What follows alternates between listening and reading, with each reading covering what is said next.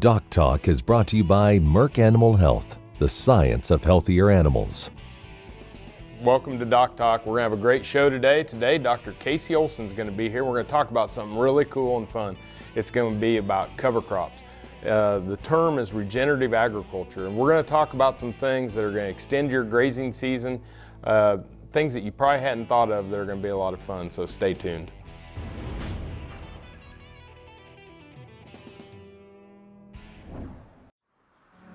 As dependable as the sunrise, in dairy parlors, open pastures, on ranches and feed yards across America. A place where reputation is more than a name, where the science of healthier animals is a way of life. It's the responsibility that drives who we are and what we do. Every decision, every day. It's your livelihood and our responsibility. Join us for the 15th Annual Fall Bull Sale at Gardner Angus Ranch, Monday, September 30th at 9 a.m., featuring approximately 450 registered bulls, 160 registered females, including 35 cows and 125 heifers, and 300 bred commercial females. These are elite herd sire prospects and rank in the top percentiles of the Angus breed for calving ease, growth, and end-product merit.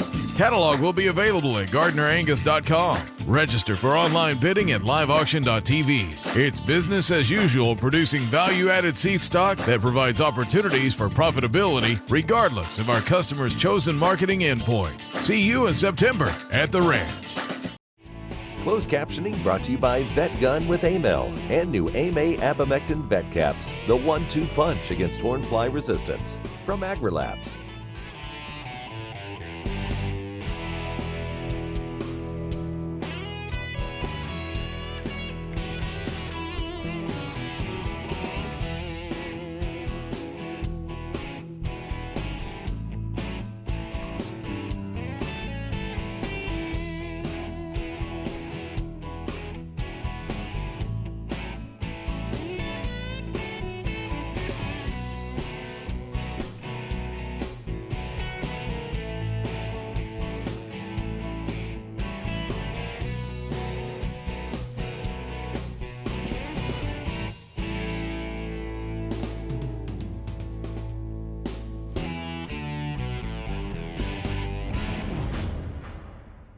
This segment is brought to you by the Beef Quality Assurance Program and the Kansas Beef Council, improving animal care and beef safety for more than 20 years. Hey folks, welcome to Doc Talk. We're here with Dr. Casey Olson. We're over here in Weber Hall today. First time ever. Yep, well, I decided to make the big trek over, and y'all have been coming to us, and it's time to come over here. It's a beautiful building. If you're ever in Manhattan, you should stop by and see it.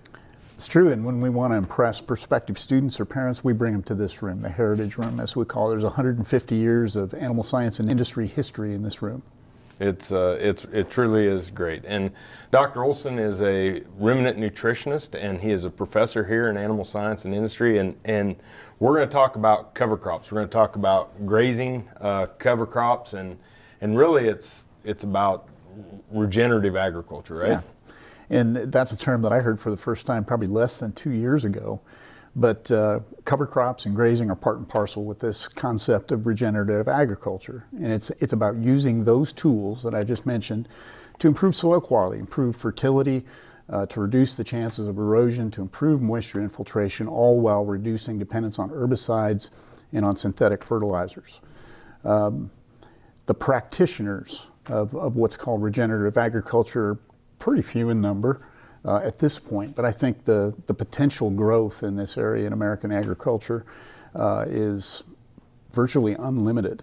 And maybe we can get some of those issues out today. Yeah, I saw, and I see some of the places where I drive by, and I see, and I misspoke, but like turnips and radishes and different things being utilized, and I didn't really think about them growing in the winter or growing in colder weather, and so I think that when you start to talk about the different things that you've had on here with erosion and moisture in the soil, it makes a big difference when it comes to inputs.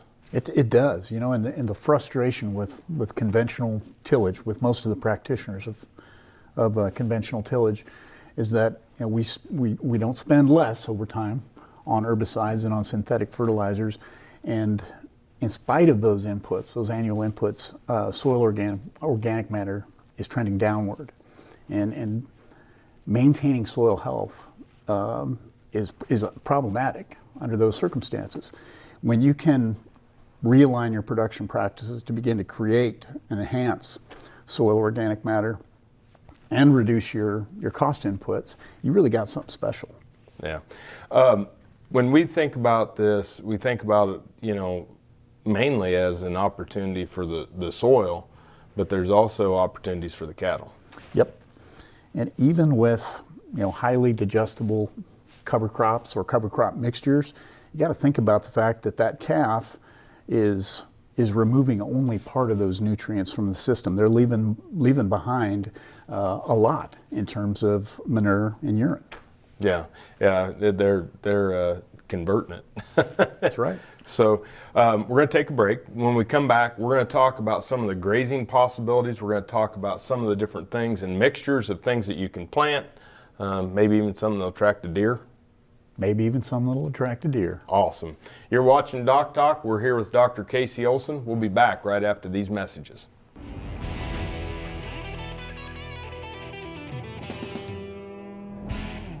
Hey folks, welcome to our Cattle First Minute, which is sponsored by Boehringer Ingelheim Vet Medica.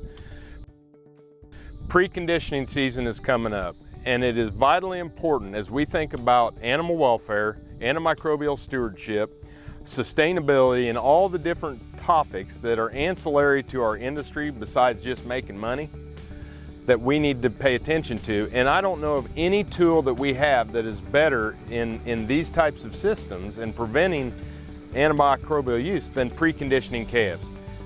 Proper vaccination, make sure you work with your veterinarian, getting those calves bunk broke, making sure that they know what a water tank is, castrating, dehorning, deworming. All of these things need to be done that make a healthier calf, that make a calf that's a lot less stressed when it goes to the feedlot, and hopefully it'll bring a calf that is much more valuable to you and your farm.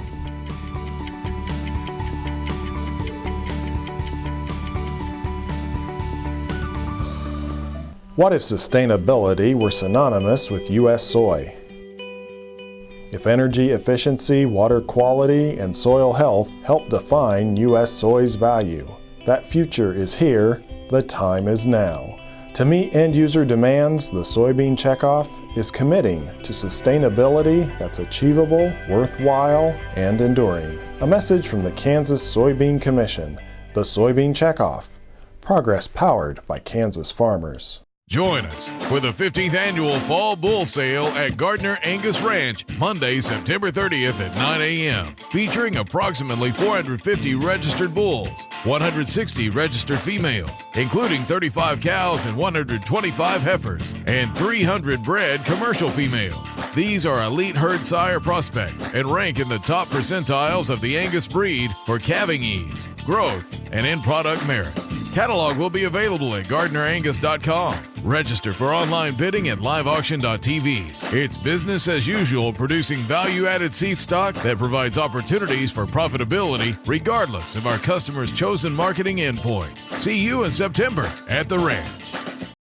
Valley Vet Supply is devoted to providing information and professional quality products at reasonable prices.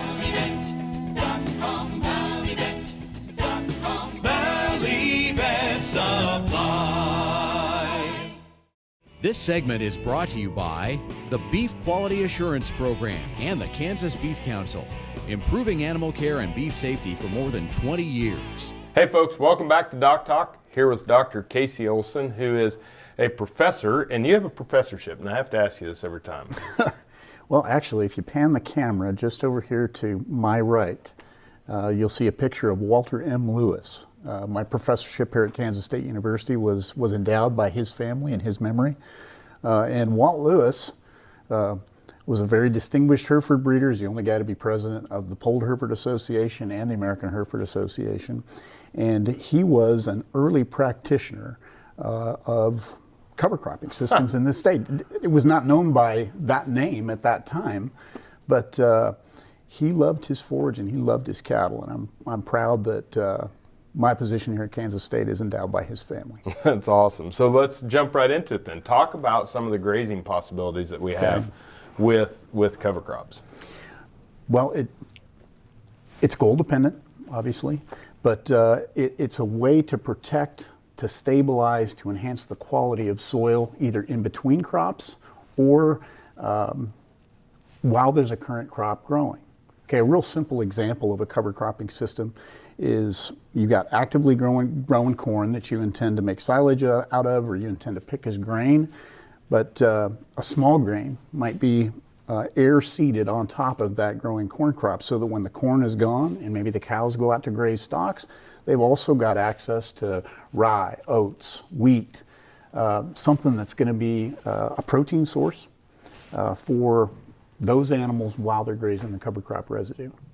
Wow. Really simple. I hadn't even, I'd seen some things in Brazil, but they have long growing seasons, and they would interseed some grasses between the corn rows, and I hadn't thought about aerosolizing some sort of winter wheat or something that could start growing, and then I go take my corn out and I've got a cover crop already there. And the flexibility that simple system with just one sort of element to the cover crop is almost complete.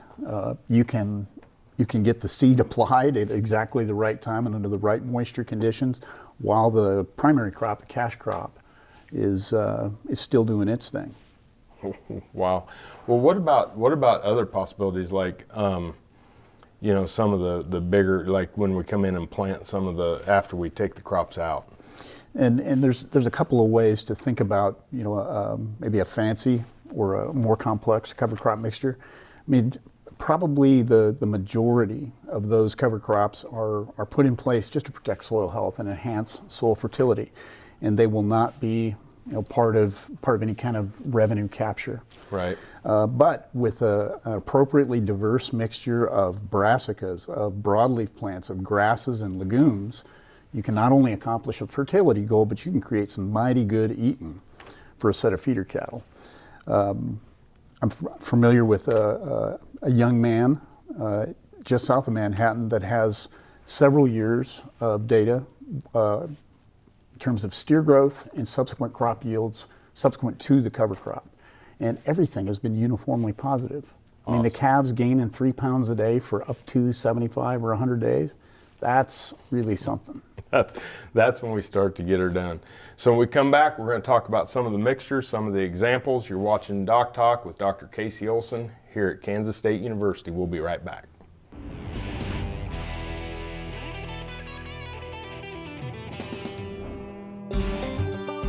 Welcome to the Western Kansas Wildlife Travel Center, right here in my hometown of Oakley, Kansas. We're the front door of Western Kansas, located on 3 main highways, I-70, US 83, and US 40. And all those roads lead to history, beautiful scenery, and adventure, no matter which direction you go. We now have an IHOP.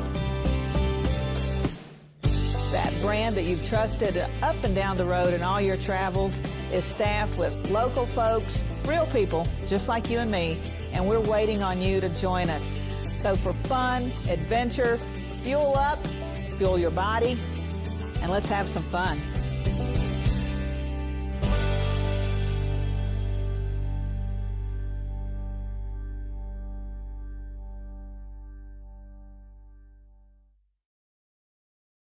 Join us for the 15th Annual Fall Bull Sale at Gardner Angus Ranch, Monday, September 30th at 9 a.m., featuring approximately 450 registered bulls, 160 registered females, including 35 cows and 125 heifers, and 300 bred commercial females. These are elite herd sire prospects and rank in the top percentiles of the Angus breed for calving ease, growth, and end product merit.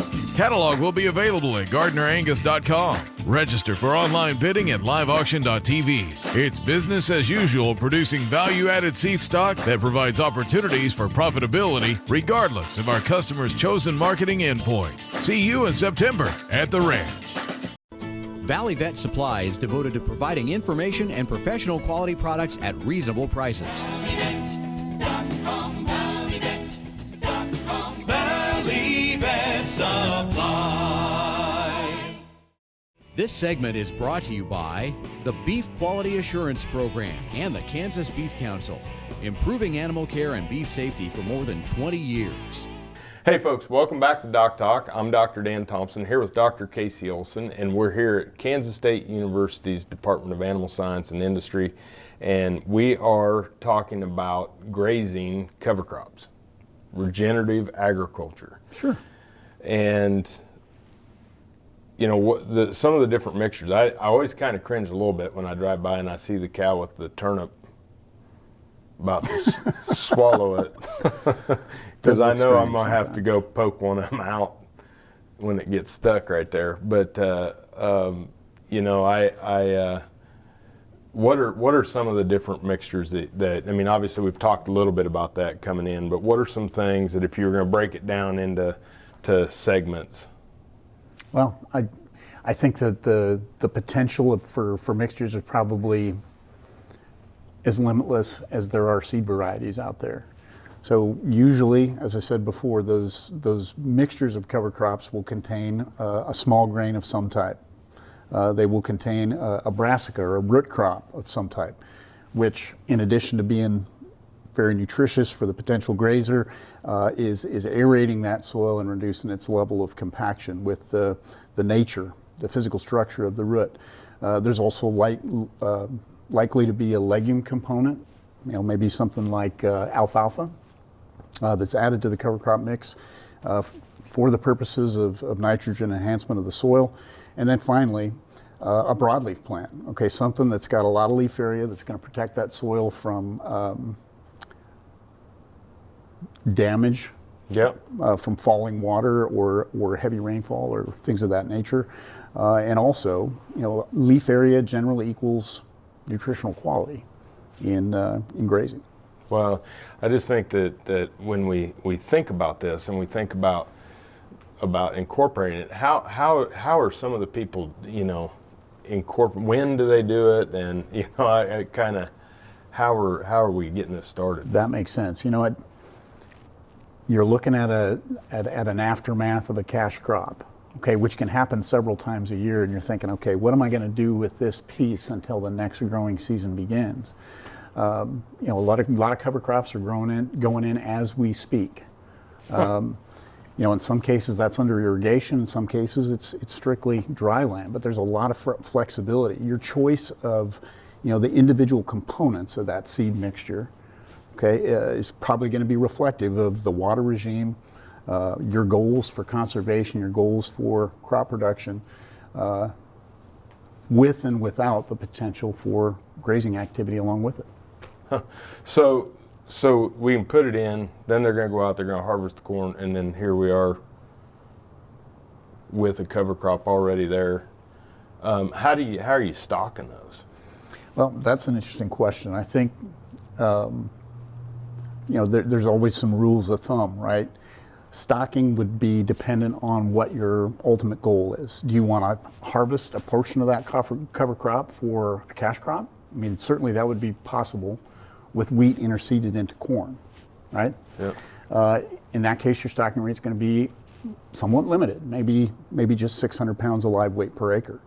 But if the point is to graze that cover crop out and convert as many tons of that cover crop into pounds of beef, I mean, stocking rates can get pretty aggressive. I've heard numbers as high as 800 to 1,000 pounds of live weight per acre. Wow. And you simply keep the cattle out there until the good eating's gone, and then they come off. Understanding that they're going to leave behind a lot of nutrients in manure and urine.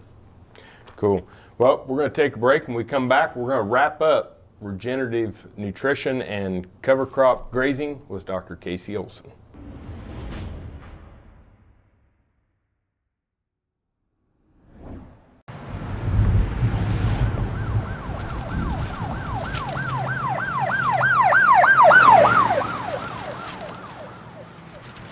The elements can be relentless. Make sure they have respiratory protection to match.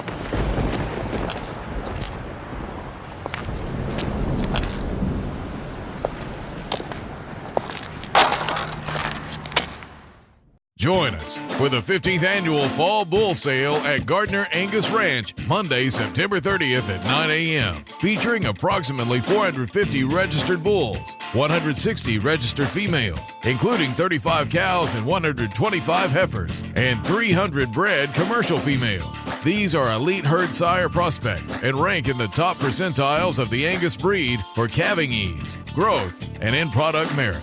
Catalog will be available at GardnerAngus.com. Register for online bidding at liveauction.tv. It's business as usual, producing value-added seed stock that provides opportunities for profitability regardless of our customers' chosen marketing endpoint. See you in September at the ranch.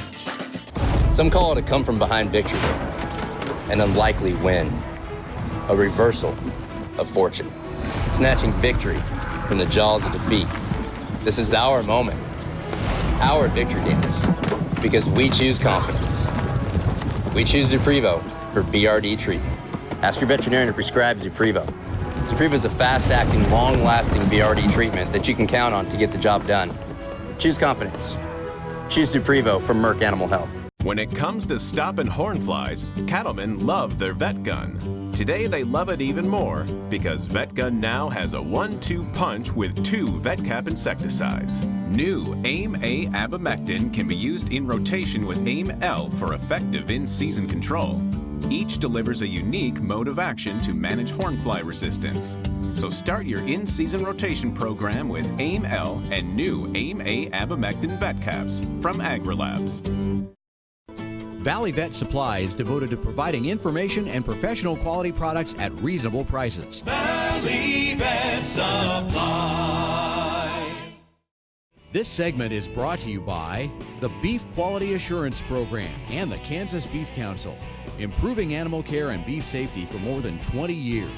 Hey folks, welcome back to Doc Talk. Dr. Dan Thompson here with Dr. Casey Olson. We're at Kansas State University talking about cover crops and cover crop grazing. And Casey, when we left, we were talking about turning steers out and weaning calves and things like that, but there might be the potential for the cow herd, right? Yes. And I can't say this clearly enough. Every day that a cow feeds herself is cheaper than every day I have to fire up a tractor or some other piece of diesel-powered machinery and bring food to the cow, something that's been harvested. We can use cover crops in this state to extend that grazing season, our normal grazing season, to 365 days a year with a little careful planning. And folks, that is going to be an inexpensive cow to maintain.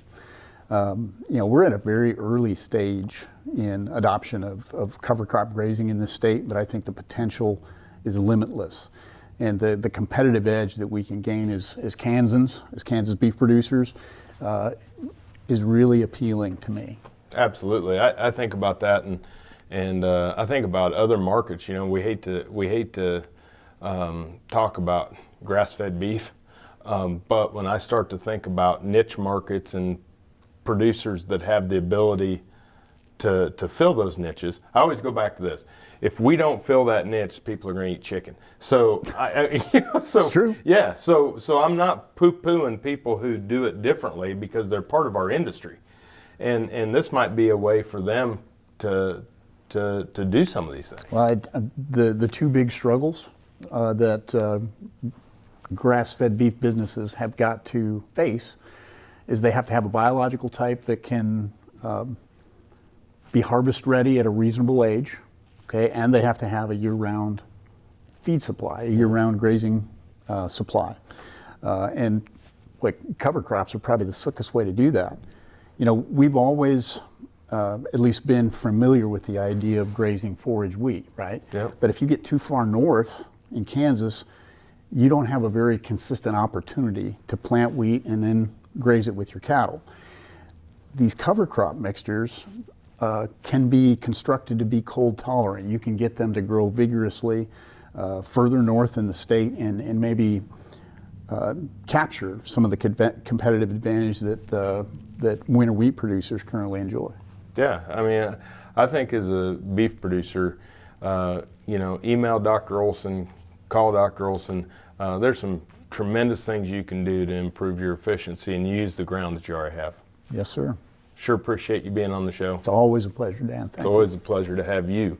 And folks, thanks for watching Doc Talk. If you want to know more about what we do, you can find us on the web at www.doctalktv.com.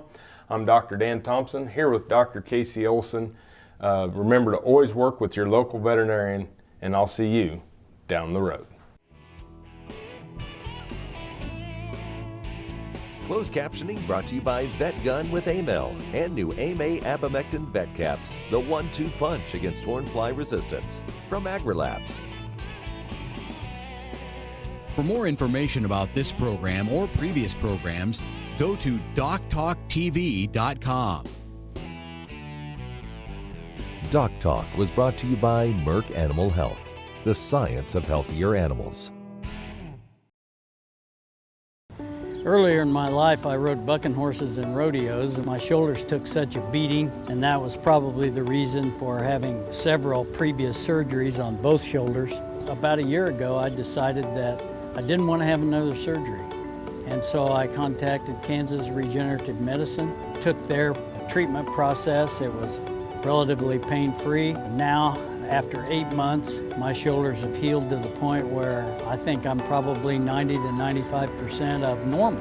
It takes a couple of months to start to see results and feel real progress. That continued to increase gradually until now at approximately 8 months.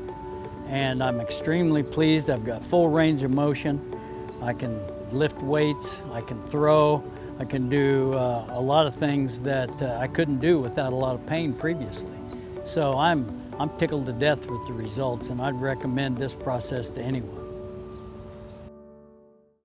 SureCrop Fertilizers was started by my father, Don Sherman, and my mother, Shirley Sherman. Family business has started in the 80s. We predominantly focus on plant nutrients and what we can do to give growers better responses with the fertilizer dollars that they do, and what we can do to make those things work better for the grower. Based out of Seneca, Kansas. We work with growers in their soil analysis to figure out what they need, and then we can put those in a blend that gives them the best results, and so that we can deliver that direct to their farm so that they have those nutrients where they need them, when they need them, and so that they can apply them in a manner that's very efficient to them and works well on their planting systems and what they're doing. SureCrop Fertilizers has been around for a long time. We always say we're big enough to take care of everything you need, but we're small enough to do it quickly. You can get a hold of us at 1-800-635-4743. Our website is SureCropFertilizers.com, and you can always email me at Corey@SureCropFertilizers.com, and with any questions you have, we'll be glad to answer and work with you. You don't have to be a farmer or rancher to become a Kansas Farm Bureau member. Anyone can join. As a member, you'll get discounts on things like hotels and entertainment, health and wellness services, cell phone plans, and more. You'll also strengthen the lives of your fellow Kansans and help build strong, prosperous communities through agriculture advocacy and education. Join us today. Visit kfb.org/join to learn more.